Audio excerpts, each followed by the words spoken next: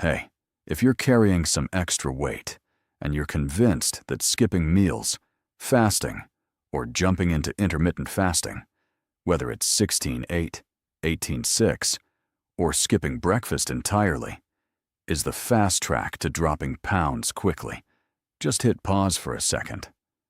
Fasting for weight loss isn't the shortcut you've been sold. In reality, it often delivers the exact opposite of what most people expect. I see the same story play out every single day. Someone starts out fired up with motivation. They skip breakfast, stretch the gaps between meals, or lock in that 16-8 window. At first, the scale moves. 4, 6, even 11 pounds gone in just a few weeks. Clothes feel looser, they feel lighter, and they're convinced they've finally cracked the code. But then something shifts. The body starts fighting back in ways almost no one anticipates. That early drop, it's mostly water and stored glycogen, not pure fat. Keep going, and your resting metabolism slows down far more than you'd expect. Your body, wired by millions of years of evolution to protect you in times of scarcity, sees the energy shortage as a threat. It dials down active thyroid hormone T3, ramps up stress hormone cortisol, and your calorie-burning engine at rest drops sharply. The result? You're eating less, but the weight loss slows or stalls, even though you're still sticking to the plan. Then, the moment you ease up or stop, because nobody can fast forever, the weight comes roaring back, often faster and heavier than before. That classic yo-yo effect I've watched in so many people. Not only do the pounds return, but body fat percentage climbs higher, muscle mass slips away, and your shape changes in ways you never wanted. People tell me they feel wiped out all the time, irritable, craving sweets and carbs like crazy. Sleep gets wrecked. Workouts feel pointless. What surprises me most is the gap between the glowing success stories flooding social media, those before and after shots of lean, confident bodies after a few months of fasting, and what the long-term data actually shows. Most of the big studies I follow reveal that weight loss from intermittent fasting is basically the same as plain old calorie cutting. The dropout rate is higher, and the lasting benefits pretty shaky. Why does something that sounds so natural and easy end up putting your body through such a fierce battle? I've seen folks who started overweight thinking fasting was the simple answer. No gym, no big diet overhaul, only to end up exhausted, hormones out of whack, and their weight bouncing like a pendulum. It's not just the number on the scale. It drains your daily energy, messes with your mood, and makes it harder to stick with healthy habits long term. Too many people slide into that endless loop. Lose, regain, lose again. Each cycle tougher than the last. Ever wonder why, after trying fasting, your cravings hit harder than ever? Or why the scale stops moving even though you're still doing everything right? Those are your body's signals. Signals we usually ignore or try to bulldoze with willpower. But willpower can't always outrun physiology. From my years as a health researcher tracking thousands of people and the data, I've come to see that the widespread belief, if you're overweight, you just need to fast, has been overhyped. It creates the illusion of quick control, but it actually puts your body on high alert, making every future effort at weight loss tougher. And that raises a bigger question. If fasting isn't the path we thought, what's really happening inside? Is there a smarter, more nuanced way forward? Let's get specific with the science I've followed closely through 2025 and into 2026. The largest reviews, like the big BMJ analysis of over 6,500 people across 99 randomized trials, show that intermittent fasting, whether it's time-restricted eating, alternate day fasting, or full-day fasts, delivers only tiny extra weight loss compared with steady calorie restriction. Alternate day fasting might give you an edge of about 3 pounds in the short term, under 6 months. But after that, the difference disappears completely. Both approaches beat doing nothing, but neither clearly beats the other. I've seen this pattern repeat across at least 11 other meta-analyses. Average loss is just 3 to 4% of body weight after 6 to 12 months, and it's almost entirely from eating fewer calories overall, not any special magic of fasting. What shocks me even more is what happens long-term. A 2025 Obesity Reviews analysis of 24 longer studies, at least 6 months, found that while fasting can trim about 7 pounds of fat, people also lose roughly 2 pounds of lean mass, including muscle. Compared with regular calorie cutting, fasting sometimes strips more muscle, especially in folks who start overweight. In trials published in JAMA and repeated since, up to 65% of the weight lost on a 16-8 schedule was lean tissue, not fat, twice the normal rate. Your body seems to prioritize protecting energy stores by sacrificing muscle when it senses prolonged shortage. Then there are the hormones, the part that creates the biggest contradiction. Fasting gets marketed as a way to reset your metabolism, but the data show the opposite. Studies in endocrinology and metabolism from 2021 through 2025 reveal that cortisol spikes right away, shifting its natural morning peak to afternoon or evening. At the same time, active thyroid hormone T3 can drop as much as 55% after 24 to 60 hours, while reverse T3 rises to conserve energy. Bottom line, your resting metabolic rate slows more than can be explained by the weight you lost. In long-term cohorts I've followed, people drop 4 to 11 pounds quickly, but after 12 months, the pace stalls even if they keep fasting. When they stop, they regain 80 to 100% of the lost weight, often with a higher body fat percentage than before. Blood lipids and blood sugar aren't always the miracle either. A 2024 umbrella review in the Lancet's eClinical Medicine looked at hundreds of studies and found short-term drops in fasting insulin and some lipids, but nothing significantly better than plain calorie restriction.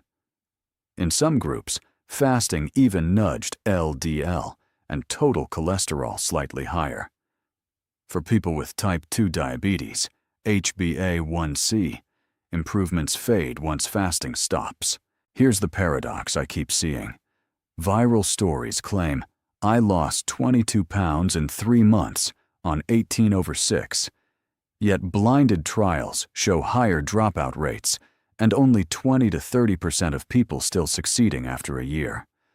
The clear takeaway from all this research is that fasting doesn't create some special metabolic advantage beyond accidentally cutting calories. It's roughly equal to, and sometimes worse than, steady restriction when it comes to preserving muscle and keeping hormones stable. So why does it feel so fast and easy at the beginning?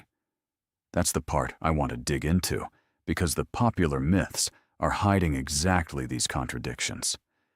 Most people who are overweight latch on to the belief that fasting is the quickest way to burn fat without changing much else. They figure skipping breakfast, spacing meals, or doing 16/8 will flip a switch and put the body straight into fat-burning mode. After watching hundreds of cases over the years, what surprises me most is how completely this misunderstands the real fat-burning process. People imagine fasting creates a huge calorie hole, and the fat just melts away like snow in the sun. Instead, the body clamps down, holding energy tight rather than releasing it. The first big mistake is treating fasting like a simple on-off switch. Social media says after 12 to 16 hours without food, you start burning fat, so people jump in. But that 12 to 16-hour threshold is just an average on paper. For someone who's already overweight and dealing with even mild insulin resistance, the real switch often comes much later, sometimes 24 to 36 hours. The result? They fast halfway, enough to trigger mild stress and a cortisol surge, but not enough for strong fat breakdown. They lose more water than fat, feel lighter at first, and get hooked. Then the scale freezes after 3 or 4 weeks, and they blame themselves for lacking discipline, instead of realizing the body is simply protecting itself. Another widespread myth is that fasting controls hunger better. A lot of overweight folks think their stomach will shrink, ghrelin will drop, and cravings for snacks will vanish. But the data I track show the opposite. Ghrelin often rises after prolonged fasting, especially in people with irregular eating histories. They start the day feeling in control, but by afternoon or evening, the cravings slam in. Sweets, carbs, anything quick to refill the tank. They end up overeating when the window opens, consuming more calories than they saved during the fast, and the yo-yo begins. I see this especially in busy people who fast to save time, only to spend even more time battling cravings and guilt. Then there's the belief that fasting doesn't touch muscle. People assume fat is the emergency fuel, so the body will burn fat first and spare muscle. But in overweight individuals, especially those who've dieted before, the body actually protects fat as its evolutionary survival insurance and sacrifices muscle to conserve energy. I've watched people drop weight, yet their waist stays soft, arms and legs look smaller, and body composition scans show they lost mostly water and muscle, while fat barely budged. They post proud before and after photos of losing 11 to 15 pounds, but the mirror and the scale lie. Long-term, metabolism slows, maintaining weight gets harder, and rebound fat piles on easier because there's less muscle to burn calories. Many also assume fasting is safe and works for every overweight person because it feels natural, like our grandparents skipping meals when they were sick. But I've seen it backfire in people who already carry chronic stress, poor sleep, or mild hormone imbalances, conditions that are incredibly common but rarely checked. Cortisol climbs, thyroid function dips, estrogen and progesterone get thrown off in women, testosterone drops in men. They start hoping to lose belly fat, but soon periods become irregular, hair thins, skin looks dull, and energy crashes so hard they quit exercising. They blame age or work, not realizing the fasting approach itself pushed their body into emergency energy-saving mode. The deeper mistake is the all-or-nothing mindset. People treat fasting as the ultimate solution, so they ignore food quality, skip protein and micronutrients, and move less. They fast, then eat whatever fits the window. The body, now short on building blocks, holds on to fat even tighter. The result is slower loss, constant fatigue, and eventual burnout with a crushing sense of failure. I've seen too many people after 3 to 6 months of fasting not only regain the weight, but end up 2 to 7 pounds heavier than their starting point, convinced their body is broken. That's the painful aha moment I witness over and over. They start believing they're powerless, when the real issue was forcing a strategy that ignored how their body actually works. A final common misunderstanding is that fasting is a cure-all for belly fat, inflammation, even aging. Viral posts promise autophagy kicks in after 16 hours like a magic reset. But autophagy is an ongoing process, not a strict timer. In overweight people with low-grade chronic inflammation or high oxidative stress, prolonged fasting can actually spike inflammation temporarily from added oxidative load. They hope for glowing skin and thicker hair, but often see dull skin, brittle nails, and feel like they're aging faster. The psychological fallout is brutal. They lose faith in themselves, thinking, "I'm just not strong enough," when the real problem was pushing a model that didn't fit their current biology. The biggest misunderstanding of all is what sustainable weight loss actually requires. People think fasting is the smart way, because it demands less willpower. Just follow the clock. But in truth, it demands enormous willpower to fight cravings and fatigue. And when that willpower runs out, everything collapses. The biggest consequence I see is the failure loop: lose, regain, lose, regain. Each round teaching the body to defend its energy stores even better, making the next attempt harder. People begin full of hope and end up confused and self-doubting. That's what happens when we simplify fasting too much, and that simplification creates the very biological contradictions we keep running into. Now let's go deeper into what's actually happening inside the body when an overweight person tries to override their natural eating rhythm. The first noticeable shift is a quick drop in circulating insulin.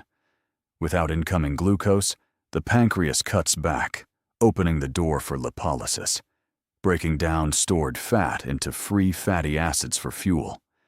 At first, that feels like real fat burning, especially if you already have mild insulin resistance. But here's the nuance: that insulin drop doesn't always lead to steady fat loss, because the body quickly activates other protective mechanisms to guard its energy reserves. What stands out most in the data is cortisol's role. Within hours of fasting, cortisol rises, especially later in the day instead of its natural morning peak. It pushes gluconeogenesis, pulling amino acids from muscle to keep blood sugar stable, and it suppresses muscle protein synthesis. Over time in overweight people, this chronic mild elevation reduces sensitivity to glucocorticoid receptors, creating a low-grade stress loop. The irony? Cortisol helps mobilize energy short-term, but also promotes fat storage around the belly, the exact area most people want to shrink. By ramping up the enzyme 11-beta-HSD1 in visceral fat cells, the thyroid axis takes an even bigger hit. Active T3 can fall 20 to 55% after just 24 to 60 hours, while reverse T3 rises to block it. This is your body's smart energy conservation mode, kicking in when it senses shortage. In overweight individuals who already have high leptin from extra fat, the sudden leptin drop tells the hypothalamus to clamp down harder on the whole HPT axis. The outcome is adaptive thermogenesis.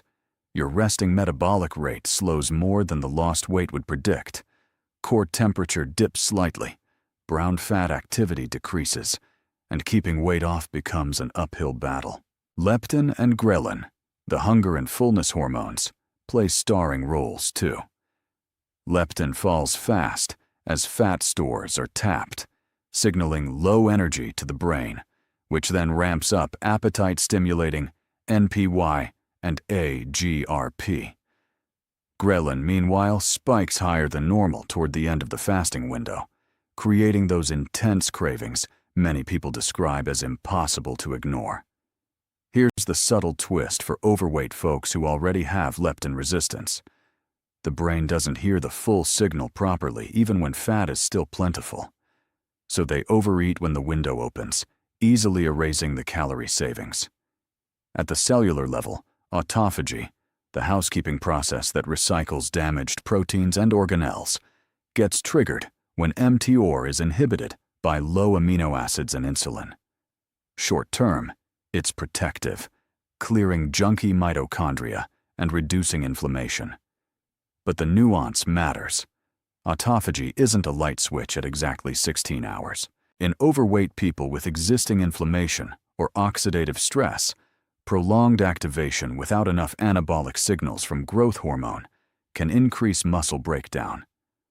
Growth hormone does rise during fasting to help spare muscle, but in many cases, high cortisol overrides it, leading to more lean mass loss than expected. Fasting also disrupts your internal circadian clock. It shifts the suprachiasmatic nucleus timing, throwing off melatonin and cortisol rhythms and affecting deep sleep and recovery. Overweight people often already have mild rhythm chaos from obesity. Fasting can worsen that metabolic jet lag. Mitochondria in muscle and liver work less efficiently. Fat oxidation drops, and reactive oxygen species rise temporarily, another stress the body has to handle. Put all these pieces together, and you get a sophisticated energy conservation mode. The body doesn't just burn fewer calories, it prioritizes protecting visceral fat as survival insurance, while sacrificing some muscle to keep the brain fueled. That's why so many overweight people see quick early losses, followed by stubborn plateaus, even while fasting consistently. Pathways like AMPK and SIRT, one improve insulin sensitivity short-term, but they also feed into long-term adaptive thermogenesis. The deepest irony? These changes evolved as brilliant survival tools during real famines, but in today's calorie-rich world, they become the main barrier to lasting weight loss. When you zoom out to the evolutionary and environmental lens, none of these reactions are random glitches. They're the product of millions of years of natural selection. Our ancestors lived in clear feast or famine cycles, big kills followed by lean days or full-on starvation. The body was designed to store fat as insurance, the thrifty gene idea James Neal described back in the 1960s. Those genes are still active in overweight people today, but they're operating in a completely mismatched environment. Food available 24/7, ultra-processed calories everywhere, far less physical movement. That mismatch shows up clearest in circadian rhythms. In the wild, our ancestors ate mostly during daylight, while hunting, and fasted naturally at night. Their central clock in the suprachiasmatic nucleus and peripheral clocks in liver, gut, fat, and muscle stayed perfectly synced. In modern cities, artificial light from screens keeps us up late. Late-night eating throws everything off. When we add fasting on top of that chaos, plus work stress, short sleep, pollution, the result is artificial metabolic jet lag. Studies of hunter-gatherer groups like the Hadza in Tanzania or Kung in Namibia show they fast 12 to 16 hours naturally, yet stay lean because their environment demands constant movement and their food is unprocessed. In contrast, our modern bodies interpret deliberate fasting as a fake famine while we're surrounded by abundance, so they defend energy stores even harder. Our gut microbiome, shaped by the same evolutionary pressures, gets thrown off too. Ancestral microbiomes were diverse and cycled with seasonal food. Modern processed diets and fixed eating windows often leave overweight people with less diverse bacteria, higher in calorie-extracting firmicutes. Fasting can shift the microbiome quickly, but without broader diet, changes the benefits don't stick and can even raise temporary inflammation or reduce nutrient absorption, pushing the body to conserve even more. Environmental and cultural factors pile on. Non-stop food ads, high-pressure jobs, blue light sleep disruption, all amplify baseline stress and circadian misalignment.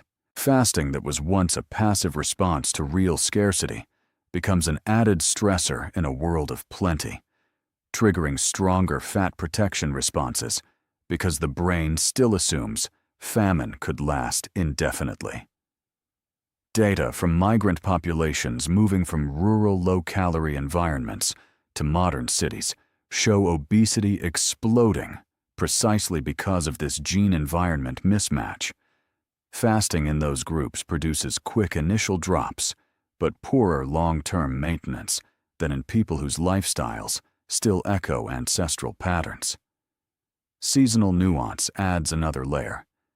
Ancestors experienced winter scarcity that naturally slowed metabolism. We live in eternal summer with year-round fasting that mimics perpetual winter, clamping down thyroid and metabolism even harder. When you look at the actual research literature up through 2026, the picture gets even more contradictory and fascinating. The 2026 Cochrane review of 22 randomized trials with nearly 2,000 overweight participants concluded that every form of intermittent fasting produced weight loss roughly equal to doing nothing or basic nutrition advice, just 3% of body weight, which doctors often call clinically insignificant, and no better than steady calorie restriction or even wait list controls.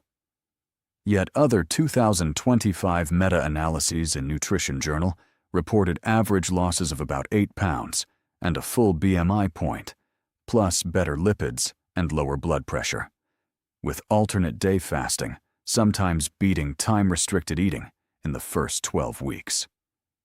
Short-term triglycerides rose temporarily, but longer-term they improved.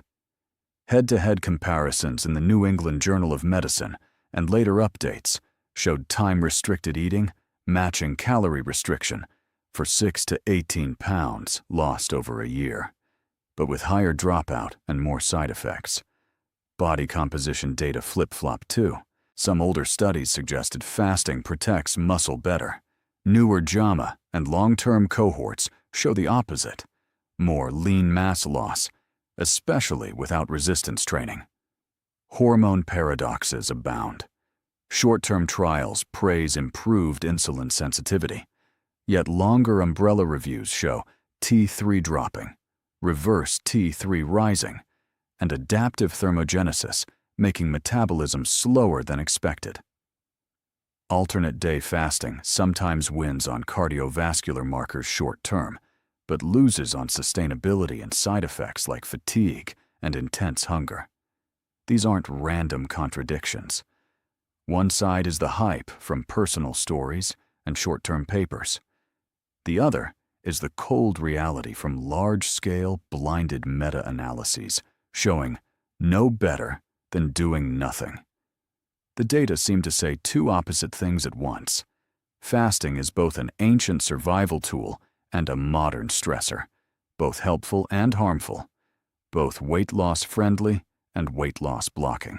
That scientific tension pushes us toward a deeper question. If all these paradoxes are true, is fasting completely wrong? Or are we simply missing a subtle nuance in how we approach it? After walking through every layer, the initial shock that fasting isn't the quick fix we thought, the common misunderstandings, the intricate biology, the evolutionary mismatch in today's world, and the research contradictions that keep challenging each other, a profound truth emerges. Fasting is still right. In fact, it's one of the most powerful tools available to anyone carrying extra weight for improving metabolic health. But it's right in a completely different way than most people believe or practice. From everything I've observed over decades of data and real people, fasting fails when we use it mainly as a weapon to create a big calorie deficit and force rapid fat burn. That approach almost always triggers the exact survival defenses I've described: adaptive thermogenesis, prolonged high cortisol, thyroid slowdown, muscle loss, and strong yo-yo rebound. That's the wrong way, treating fasting like biological self-punishment. But fasting becomes incredibly powerful when we flip the entire intention. Instead of using it to restrict, we use it to realign, to resync the circadian rhythms that have gotten knocked out of whack in our modern environment. When we eat most of our calories earlier in the day, aligned with natural daylight, front-loading breakfast and lunch, then giving the body a long fasting window through evening and night, the internal hormone and metabolic harmony that few other interventions can restore begins to return. The subtle key is this: fasting's real magic isn't primarily from cutting total calories. It comes from allowing clear fed-fast cycles within the day, which help restore sensitivity to insulin and leptin receptors. In overweight people, leptin resistance is the core problem. The brain can't properly hear the "I'm full" signal from stored fat. A well-timed fasting window gently lowers leptin in a controlled way, then resets signaling so the body gradually stops clinging to energy stores. This isn't fast, it's slow, deep, and can take months or even years. Fasting also shines when it activates autophagy and cellular repair on a natural rhythm. not a forced timer. When aligned with circadian biology, inflammation drops, mitochondrial function improves, and metabolic benefits appear even without massive calorie cuts. Recent studies I follow show that early-day time-restricted eating delivers clear improvements in glucose and lipid handling. Of course, there are clear right ways and wrong ways. It's wrong when fasting becomes forced, when you ignore your body's signals, skimp on nutrient-dense food during the eating window, neglect sleep, or layer it on top of high stress. It's wrong when you treat it as a standalone miracle, or apply the same rigid schedule to everyone, regardless of age, sex, activity level, or hormone status. It's right when fasting becomes a living rhythm, a gentle way to give your body the digestive rest it evolved to need. It's right when paired with high-quality, protein-rich meals and appropriate movement. It's right when you adjust it flexibly with the seasons, women's cycles, and daily energy. And it's most right when the goal stops being, how many pounds this month, and shifts to steady metabolic improvement, stable energy, and a healthier relationship with food. The deepest paradox of all is that fasting works best precisely when we stop using it as a weight loss weapon. When we drop the pressure for quick results, the body finally has space to change in a sustainable, profound way. I've watched overweight people who switched from fasting to lose weight to living in natural eat-fast rhythms while focusing on food quality, lose weight more slowly but steadily, improve body composition dramatically, and maintain the lifestyle for years without burnout or obsession. That final flip is what I've arrived at after peeling back every layer. Fasting isn't useless, like some large recent meta-analyses conclude when they only measure pounds on a scale. It only looks useless when we ask the wrong question. When we ask the right one, how do we resync a metabolism thrown off by our modern environment of abundance? Fasting reveals itself as a profoundly valuable tool, but one that demands nuance, patience, and far deeper understanding than the viral version most people see.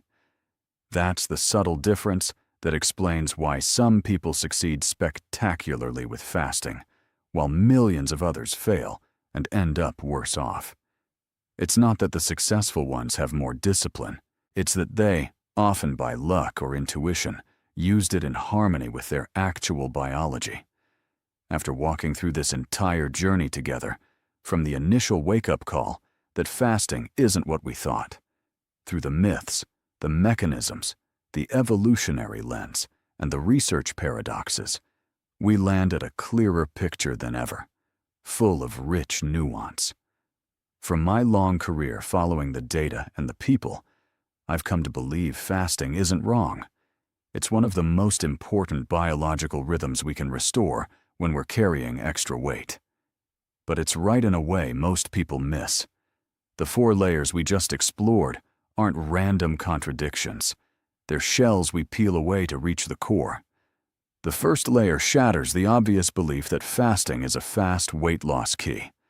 The second shows how we misunderstand it as a fat-burning switch, hunger controller, safe standalone fix. The third takes us inside the biology. Cortisol, thyroid shutdown, leptin resistance, rhythm-based autophagy. The fourth widens to evolution and environment. Once a lifesaver during real feast famine, now an added stressor in a world of constant food and light. And the final layer acknowledges that fasting is still incredibly powerful, but powerful when used to realign circadian rhythms, gently reset hormone signals over time, rather than force a deficit. The nuance that matters most is exactly that shift in purpose. When fasting is aimed at rapid scale drops, it triggers survival mode, adaptive thermogenesis, muscle loss, yo-yo. But when it's used to restore rhythm, eating in daylight hours, giving the body evening digestive rest, pairing it with nutrient-dense meals, and listening to your own energy, then weight comes off not from forced restriction, but because the body gradually stops needing to cling to energy stores. Autophagy becomes a restored natural rhythm, not a forced switch. Cortisol returns to its proper morning peak instead of staying elevated. Thyroid function balances instead of being throttled, because the brain finally registers that the environment isn't a fake famine. The biggest contradiction we uncovered, the meta-analyses saying, "no better than doing nothing," versus millions of personal transformation stories, is simply the result of asking the wrong question. Studies measure short-term pounds in rigid lab settings. Real life for an overweight person is a dynamic, personalized system influenced by chronic stress, sleep, microbiome, and urban environment. When we release the lose fast pressure, fasting finally shows its true value. Not a weight control tool, but a way to help the body gently restore the internal harmony it was designed for. That's why some people stay with it for years, while others burn out in months. From my years of research, the journey we just took doesn't just change how we see fasting. It opens an even bigger question I'll explore next time. Once eating-fasting rhythms are realigned, how do movement and food quality interact differently in an overweight body? What nuances are we still missing about protein use, muscle hormone crosstalk, and the ways our modern environment keeps disrupting everything? Those observations are even more fascinating and full of surprises. I look forward to sharing them with you soon.